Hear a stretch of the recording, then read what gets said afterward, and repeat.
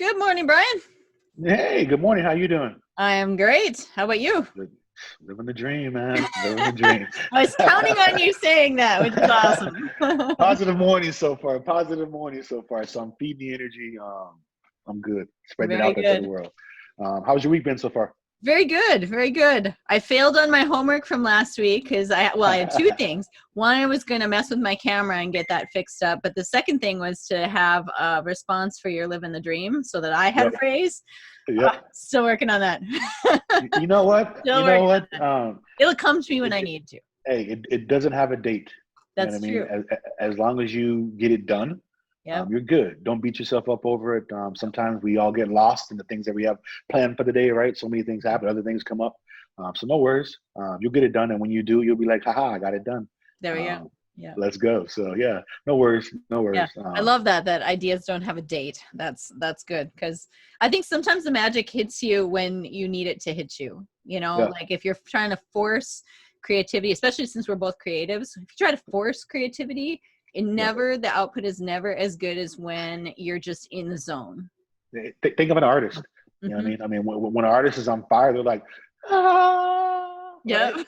And when not, they're like, oh, even a writer, right? Yeah. Writer's the exact same way. But when they're not in that mood, they're not in that moment, it just doesn't happen. So it doesn't have a date. Don't beat yourself up on it. Get the project done when it fits you to get the project done. Yeah. When you feel that mood to say, I want to fix my camera, I want to do these things, and you will do them. Yeah. No worries. Do No you worries. have particular times of the day that you're more creative than other times, or more analytical? Like Mornings. Yeah. All mornings. If you catch me in the morning, I'm fire. Yeah. I can give you some really good information in the morning, and not that I can't later on in the day. It's just that the way my brain works is I'm really up at 4 o'clock in the morning, super focused on social media, getting all those things done, understanding the analytics from different things that I've been doing out there, right? I can go hard, and when I'm in that mode, I'm just think. And so if someone calls me, they want to do a talk session, like kind of like what me and you do, or they want me to consult them on something. If you catch me in the morning, I will give you the best of the best, man. I will turn. This is messed up to say, but a friend of mine says, "Dude, it's like you're turning water into wine." And so he was basically referencing me as a god, like, you're a god. Thank you for this, man. So I thought that was kind of funny when he said that. Funny people, mornings. Catch me in the morning, and I'm super good. How about yourself? I'm the same way. Like I'm much more creative in the morning, and I'm in that like very machine-like mode of creativity, but my machine shifts a little bit in the afternoon to much more analytical and very like task-oriented kinds of things, logical kinds of things, but I could deal with much more of that chaotic kind of thing in the morning. So just maybe that's what it is. Maybe we can handle chaos in the morning the best, and by the end of the day, or by the middle of the day, I should say, if you catch me before 2, we're good. But by 2 o'clock, at that point, I'm done with all that. I'm done with my chaos for the day. Now I'm ready to kind of mellow out, do all the back end work from my company aspect of it, or even hanging out with my kids. It's like, that's when I kind of hit that point of the day. You know what I mean? But don't get me wrong, I still have some meetings at 7, 8 o'clock. At night, and I just have to fire myself back up. Yep. You know what I mean? I have to turn the switch back on. Yeah. If that makes sense. Very much so. It's kind of like, I always use the phrase with Lioness Creative that we're going from idea to implementation. And it's really a lot of, if I look at the whole day, it's kind of like going from inspiration to execution. So you go from that really inspired state to really, how does it get done? It's the same kind of thing, but that's how I make sense of it in my head. And I think sometimes people feel this need to force themselves into creativity or force themselves into execution. And sometimes it's really about looking at the time clock and where is your magic times. Yeah. Somebody else might be the complete flip of that. Flip of that. No, I love that. That's a good point. So I'd say figure out your high point. Figure out the time of the day where you're literally the most creative, and then focus on those creative things, and kind of schedule everything else around that. And I think you have a pretty good plan. Yeah. So I think, anyways, my 2 cents. Yeah. My 2 cents. So there we go. So what else is going on? What's going on in your week? What else is going on? You know, I've been pondering a lot about the entrepreneurial mindset because I've met a lot of people and done a lot of reading lately and stuff on just entrepreneurial thinking. And Okay. I've always really been an entrepreneurial thinker anyway, and I really discovered this in the last like 5 or 6 years that that's really what it is. I never really had a name for it before, but once I dug into that piece of it, I have that name for it. It was always just leadership or, you know, management or some of those things, but really if you add everything together, it's very much the way an entrepreneur thinks, and risk and all of that stuff. And as I kind of see that word like tossed around a lot more in all the things we're consuming, so writing, social media, video, all of these things, I think people love the term entrepreneur, but they really aren't understanding truly what it is. Because just being what we were saying about being creative and having things that we're doing, that doesn't necessarily make you an entrepreneur. It could make you one hell of a good worker for somebody. A hell of a good worker for somebody, Yeah. man. You know? But being an entrepreneur, it has a different thing.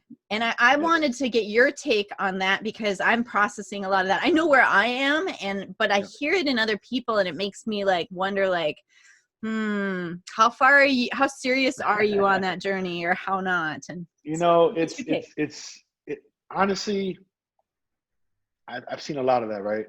I meet a lot of people who have a lot of great ideas, but they're never going to do anything with them. You know what I mean? Or they have a lot of great ideas and they start to do something with them, but I can see they're going to burn out. I mean, it's an entrepreneur is someone who wakes up in the damn morning, does what it takes to get the damn thing done, and it's not going to stop. And every day it's going to be his thing or her thing. Every day, it will not change. That's an entrepreneur.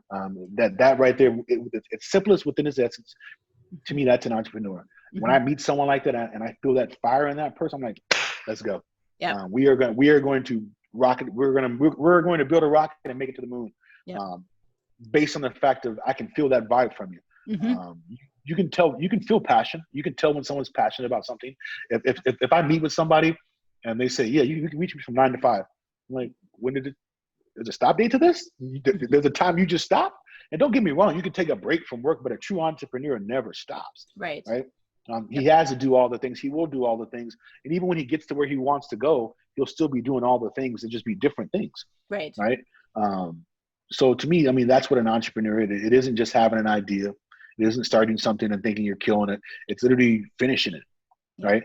Taking it to where you want it to go and making it this thing that you want to make it. You know, you want to open up a restaurant or a restaurant chain, then open up a restaurant chain. Don't open up one restaurant and says, I'm murdering it right now. I'm an entrepreneur. That wasn't your goal. Your goal was to have a chain. Go get your chain. Don't give up, because otherwise you're just a business. In my opinion, you could be just a worker because you only have the one place. You still got to show up every day. You know, you have employees. You still have to do book work. You're a worker at that point. You know what I mean? Does that make sense? Yes, it absolutely makes sense. I think there's also like the pieces of, you know, if you use the word, you know, you're murdering it, you're killing it, and you're doing well, but there's that whole other side of the entrepreneurial mindset. Like a true entrepreneur is constantly thinking about what's next, what's the risk, how can I grow this before I've even really gotten it going? You know, we're always thinking that, you know, kind of ripple effect of things.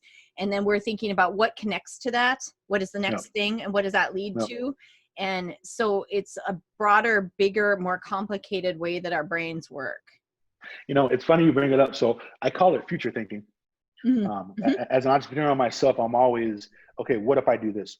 You know, what is that ripple effect? What's going to happen? How is it going to affect the business? How is it going to affect me? Right? And so literally as an entrepreneur, that's literally how I look at everything. I just 10, 20 steps ahead of the situation, trying to make sure that it's the right call. And I think by doing those things, that's what a real entrepreneur does, right? You look at Mark Zuckerberg. I love Mark Zuckerberg. Elon Musk is one of my favorites right now. I've been watching this guy, what he's looking to do with some AI and all the cool things he's been doing. It's really, if you watch those guys, they're thinking so far ahead, right? It's like, okay, let's have a conversation. Because that's how I think. I don't think about, when people start thinking about autonomous cars, I was like, oh, that's cool. What else can the car do? You know what I mean? Yep. Yeah, it's going to drive me great. What else can it do? You know Yep. what I mean? I mean, can it run out there and do errands for me? I mean, can it pick my kids up at school? Yes, it can do all those great things. Okay, how do I charge it? What's going to be the charging system? How long does the charging system run? Like diving into the thing, right? Yes. Yes.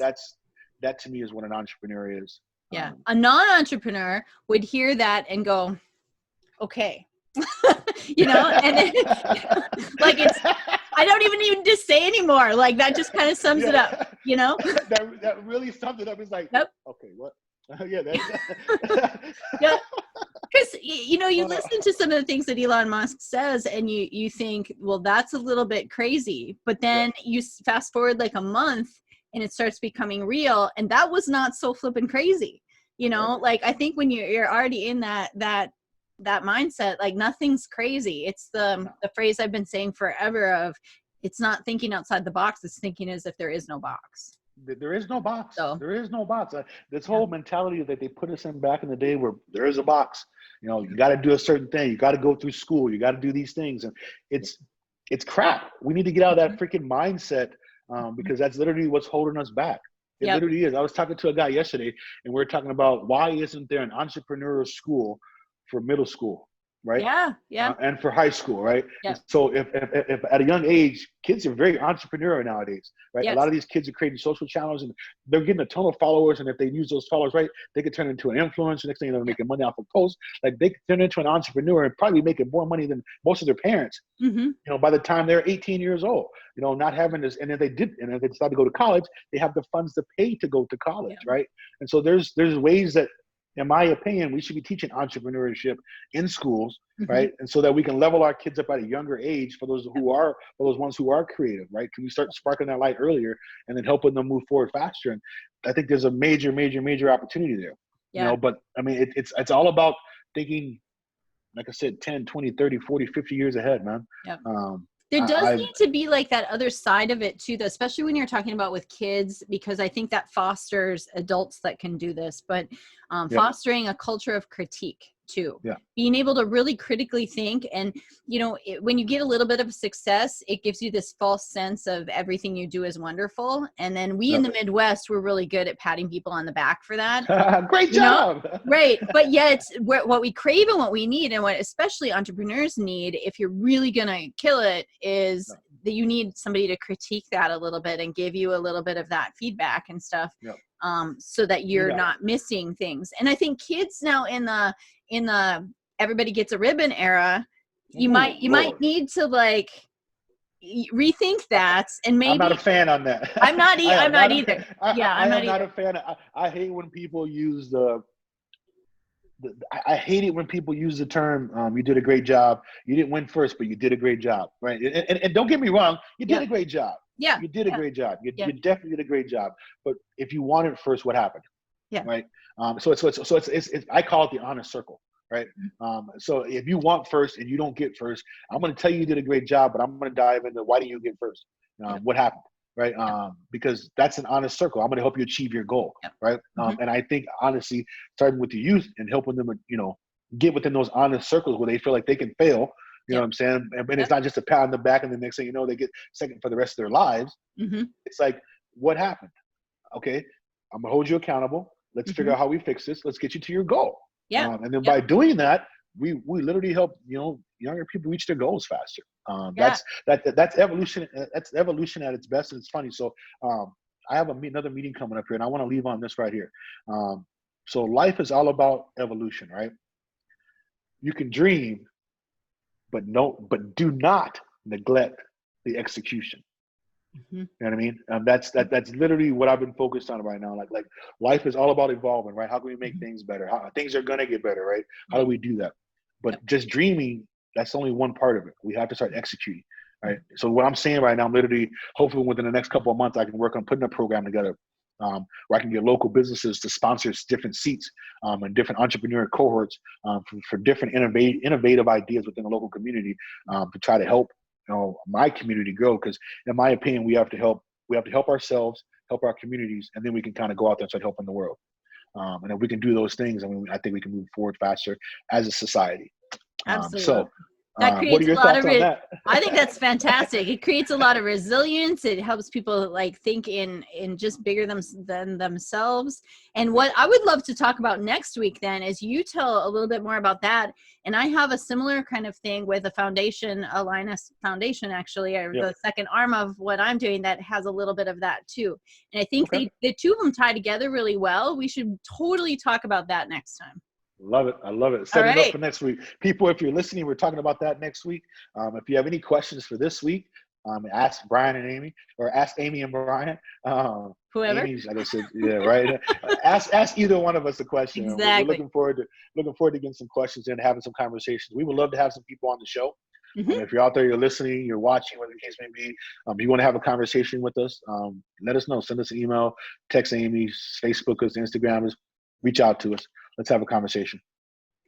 Couldn't have worded that better myself. Awesome. Nice job, sir. Nice job. No, I love it. I love it. Well, you have a powerful day. And you have an amazing week. All right. We'll see you later. Talk to you soon. Bye.